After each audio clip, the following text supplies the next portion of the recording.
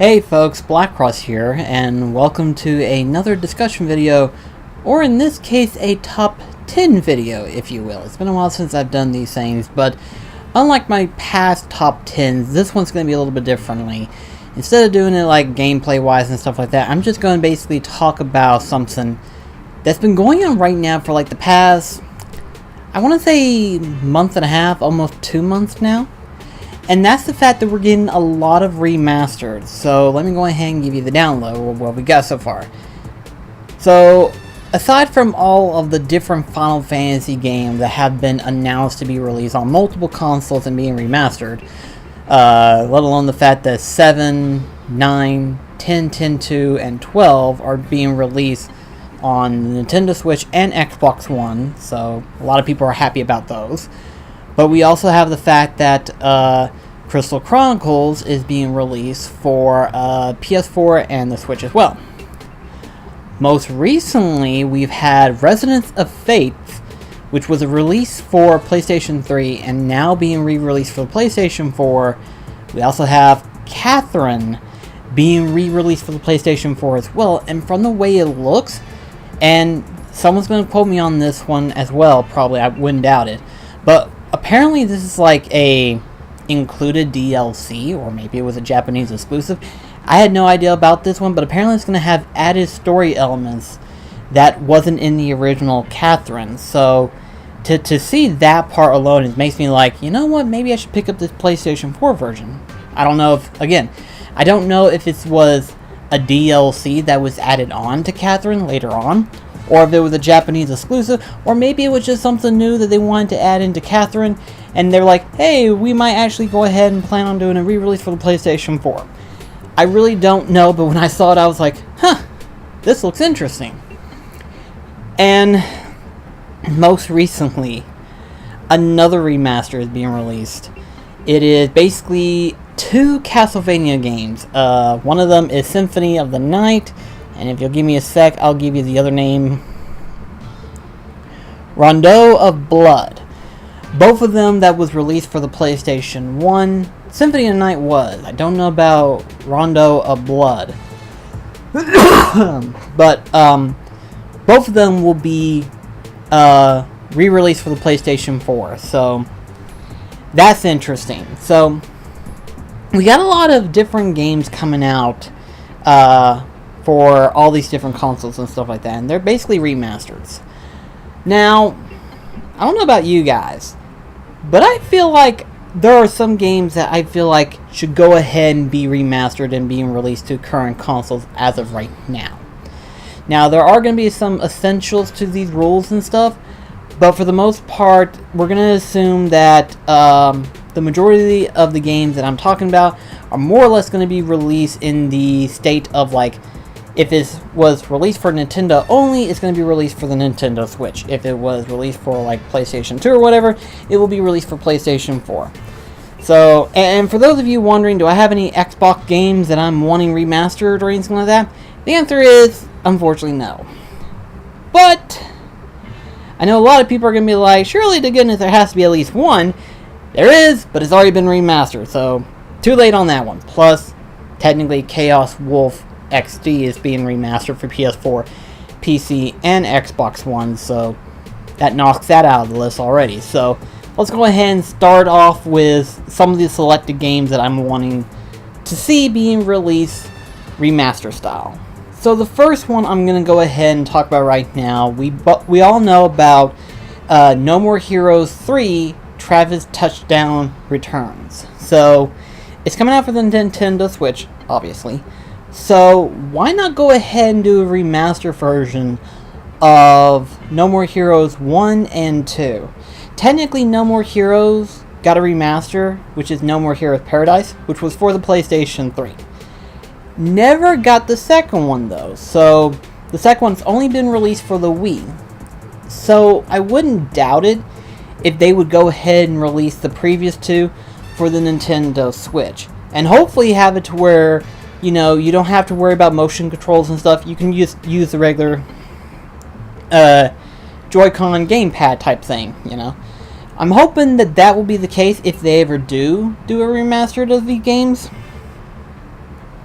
part of me sincerely doubts it, considering that these are the Joy-Cons, which has a form of motions. But hopefully they'll have it fixed up to where technically you don't have to do it that way, and instead you can just do the regular game controller style. So we'll see if they ever do it, that is, if they ever do. I sincerely doubt it, but it'd be nice if they did. And again, I would like to see No More Heroes being recognized more, so being in Remastered 1 and 2, that'd be great. Continuing on the list, let's go ahead and just add in Pikmin for the sake of it. Now, let me just go ahead and say right now, I love the Pikmin series. I love the Pikmin series. I love it better than I thought I would. I first started with the third one, loved it so much that I decided to go back and play through the first and second one. And out of the three, I like the first one better. I feel like the first one, there's more of a challenge as well as a dire situation that drives you to want to beat it faster within the least amount of days as possible. Which, again, I enjoy it. I do like that mechanic style. But, to that extent, technically Pikmin 1 only got released for both the GameCube and the Wii. Now, technically it got re-released for the Wii with the Wii motion control setup. So, that being said, we then have Pikmin 2 that was only released. As far as I know, it was only released for the Wii. And then we have Pikmin 3 that got released for the Wii U. So, if there was any game that could be remastered, seeing Pikmin being remastered for the Nintendo Switch would be really awesome. The likelihood of seeing Pikmin 4, however, is going to be quite a bit. I say it'll be quite a few years before we'll see another Pikmin installment, because recently we got one for the 3DS, which I hadn't heard anyone talk about it. I was looking at it and I was like, you kind of defeated the purpose as to how Pikmin was created to begin with. You know, I mean, Pikmin was created around the concept ideal of having 100 individual character models on the same screen. And it was a tech demo originally for the GameCube, where there was like 100 Marios on screen. And they took that concept and made it into Pikmin. And that was revolutionary on its own. So the uniqueness of it, followed by the tactical analysis of being able to use a Pikmin in a strategic way, and each installment makes it more advanced because you got all these different Pikmins as to like their characteristics of what they do. And then the third one, you could actually do multitasking, but then you can split them up into 3 different parties. So that was interesting. I really was surprised how well I loved the series. So if they ever come out with a 4th one, that'd be great. But hey, let's see a remastered of the 3 on the Nintendo Switch. Or at better yet, just release Pikmin 1. One more for the Nintendo game, and that's only because of the fact that we don't know if we're even going to get a new Pokemon console game. Now, it is rumored that we're supposed to get something like Pokemon Star, which is basically a Pokemon Sun and Moon for the console. But as far as we know, we have not gotten any details on it. They said that they will reveal more detail within the next year, and until then, we really have no idea. But if there was 1 or 2 remasters that I want to see on the Nintendo Switch, let's go ahead and get Pokemon Colosseum as well as Pokemon DX. So these 2 particular GameCube games was like the par favorite of mine when it comes to Pokemon games. Let me explain why. These 2 games introduce a massively different storyline. A unique storyline, in fact, to a point where I would actually say that these were like the best Pokemon games to ever exist. You know, in every Pokemon game for the handhelds, they were always following the same formula. You go and face 8 gym leaders to get to the Elite Four. On the way, you encounter this secret organization that's trying to, you know, create world domination of some kind or some form of illegal action in regards to capturing legendary Pokemons and stuff. And your main goal as a 10-year-old kid is to catch all the Pokemons to be the very best like no one ever was. In Pokemon Colosseum and DX, that's a different story. Instead of collecting all the Pokemon that ever was, you are capturing shadow Pokemons, which are Pokemon that are inhabited by darkness. And you can only capture the Pokemon that were in darkness, with the exception of DX, but I'll explain that in just a sec. But when you capture the Shadow Pokemons, which you technically had this tech arm that allowed you to capture another trainer's Pokemon if they were a Shadow Pokemon. And what you would do is that you would use that Shadow Pokemon to train them to purify them of the darkness, and then completely train them to where they are pure of darkness and they become a regular Pokemon. And in Pokemon DX, you could capture regular Pokemon out in the wild, but there was up to 5, I want to say, up to 5 Pokemon that were not Shadow Pokemon, but you could capture them in the wild. And to me, personally, I would like to see a new Pokemon story element entry. Again, not to say there's anything wrong with the original story layout, but, make a different story uniqueness, make a different atmosphere, make a different element. Break the traditional mundane and create a unique story.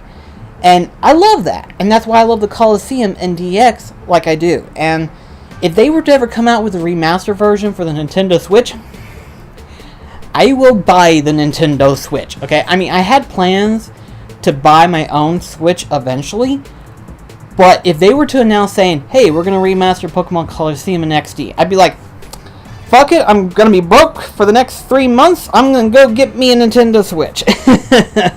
Just because it's like, hey, those two were my favorite Pokemon games, and if they ever did, I'd be excited. I would. Now let's go on to the PlayStation side of things. Now, there's a number of PlayStation games that I was thinking of, what games have not been remastered yet? What games have not been remastered for the PS4?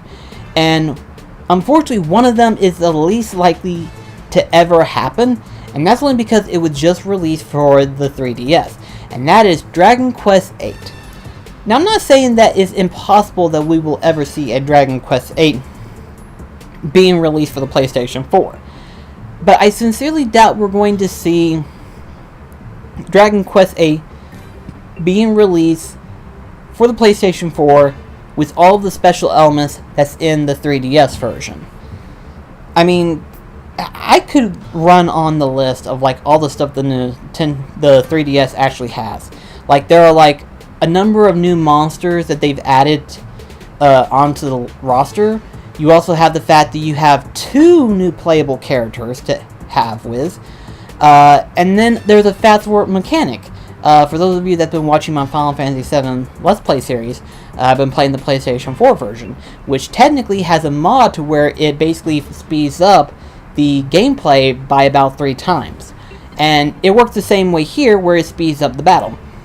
Any RPG mechanic, especially if it's turn-based, a fast-forward mechanic is a beautiful thing to have in the game. And so to have a fast-forward mechanic, I absolutely adore. So if they ever came out with a PS4, if there was any of those 3 things I would want, that fast-forward mechanic would be an instant seller for me. But I'm not going to lie, if they did go ahead and port what was on the 3DS onto the PS4 or PS5, depending on if they ever do. Like I said, I sincerely doubt it. But if they did, I would have to get it because all that extra stuff. That'd be fantastic. It would. Now let's talk about another game in particular, the DotHack series. Now, I know technically we got DotHack GU, which is understandable, it makes sense.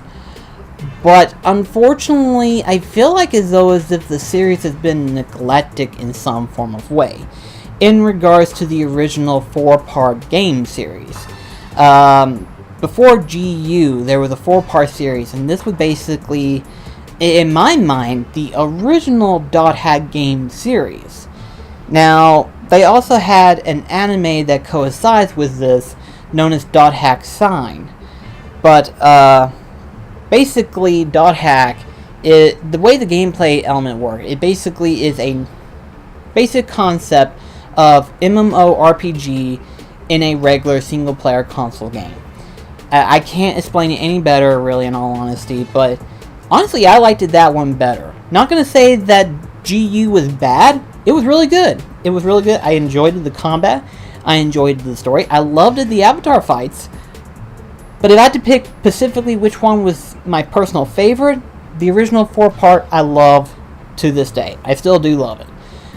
And I feel kind of bad that it didn't have a remaster series. So if they ever did come out with the original 4-part series, that would help out tremendously. And even for new players, you know. I'm not going to say that players are not going to jump on GU.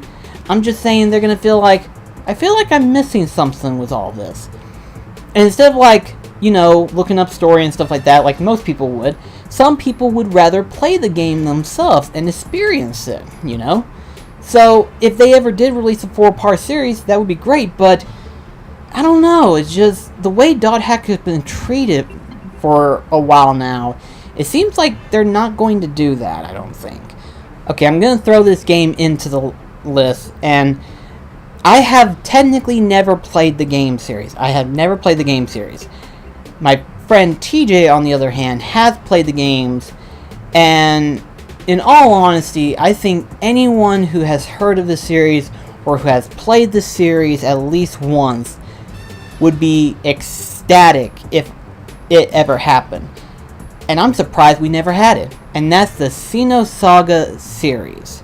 Seeno Saga episode 1, 2, and 3 particularly. We have not seen them resurface at all since the PlayStation 2. Now, record, the only complication that they have is the fact that they have a very, very, very long cutscenes. That's like the biggest drawback that they have. But aside from that, everyone says that the story's great if you can stand the cutscenes. The combat is great. So, why not go ahead and just make the trilogy remaster, you know? That's like the next best thing that they should do. And I think if they ever did, a lot of people would be ecstatic just to see this. They would. Because these games are already going up in prices, much like the DotHack series as it is. But the Seeno Saga series is a particular expensive series to try to collect for the PlayStation 2. So if they ever got remastered, that would be wonderful. People would be able to get them easily, without any problems whatsoever. Instant availability. Genji, Dawn of the Samurai. It's been years since I played the first one. I have not played the sequel that came out for the PlayStation 3. But if I had to say it, I think they need to have their own spotlight into the remaster segment series. Now, why am I mentioning these? Well, Onimusha 1 in particular, is getting remastered for the PlayStation 4. Why 2 and 3 isn't included in that list, I don't know. But eventually, I imagine 2 and 3 will eventually get remastered as well. But for the most part, it is just 1, so that's why it's not on the list. But Genji Dawn of the Samurai should be put on the list regardless. So if for some reason Onimusha does really well after it's remastered and they want to move on to another game, definitely got to go for Genji Dawn of the Samurai. Again, I played the first one, hadn't beaten it, but I played the first one. It's been years since then, and I've never played the sequel, so would really like to see a remastered of that one. That would be just perfect. So, naturally, we've had a bunch of different types of remasters in the past, but some of the more odder ones we've had are stuff that came out for originally the PS Vita, and then later on got released for like the PlayStation 4. So why not go ahead and try to incorporate that same method? And by that I mean go ahead and get one of the more popular PSP titles that was released for the console and now be released for the actual console itself. One of them being Final Fantasy VII Crisis Core. I think I, along with many people myself, have actually often thought that they should go ahead and have a re-release version of Crisis Core. This one was actually probably one of the more popular titles when it comes to sequels and slash prequels for their Final Fantasy games. Final Fantasy VII Crisis Core is among the favorites, I think. In my personal opinion, when people talk about some of these different sequels and prequels, 7 Crisis Core is like one of the particular favorites that people have with it. So why not just go ahead and do that? You know, I mean, it's been, even though they are doing a remake of Final Fantasy VII, if they don't incorporate a bigger story for Zack in Final Fantasy VII remake, they should at least go ahead and do a remastered version of Crisis Core onto the PlayStation 4. At least do that. And among of the Final Fantasy games, we might as well go ahead and add one other one. Now, of course, some people would be confused whenever I state this, but depending on how they do it, depends on if they would even go about it.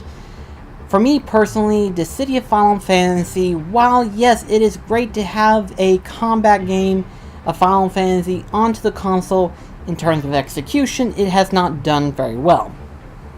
It is heavily popular among fans, but for solo players like myself, it is not something that is meant to be within reach. Whereas Final Fantasy Dissidia Duodecimum has actually done extremely well. And I say extremely well because when you think about it, it's technically a sequel/prequel to the previous Dissidia game that came out firsthand.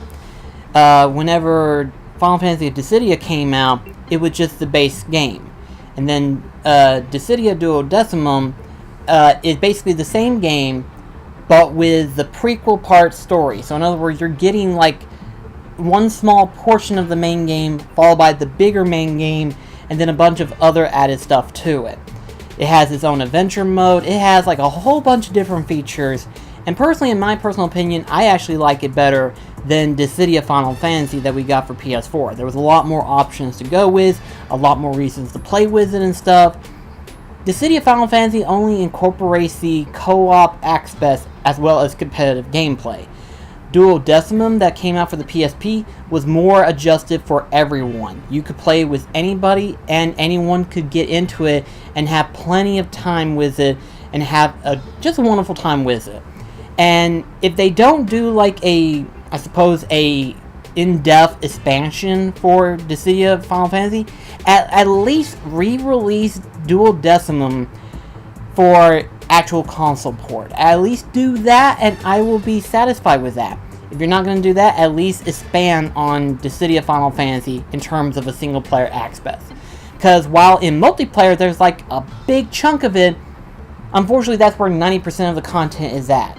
Whereas the rest of it is very linear. So I think Duodecimum is the best out of all three of them so far. Especially when you consider the fact that there was so much to do in that game. Seriously, do a re-release of that one. I would love that. And then we'll add this game onto the roster because I feel like it needs to be on the list. It needs to. And that game is Blood Will Tell. I have already stated in a video previously. If you want to check that out, please do. It's basically my deep dive into gaming series with Blood Will Tell. And I've talked about it. But, for the most part, there's nothing more that I can say other than the fact that it's a fun game, entertaining. If you love fighting a bunch of bosses, you will not be disappointed. This features a lot of them. A lot of bosses. A lot of huge demon bosses for that matter too. So you would enjoy it. Is it worth the price tag for PS2 nowadays? I would have to say not really. You know, I mean, I paid over $100 for it. I'm glad I got it, and I'm glad I got to play it. But for any normal casual gamer, would it be worth it for them? No, it wouldn't. I would be the one to honestly say that if you could get it for $30, that would be the perfect price for me.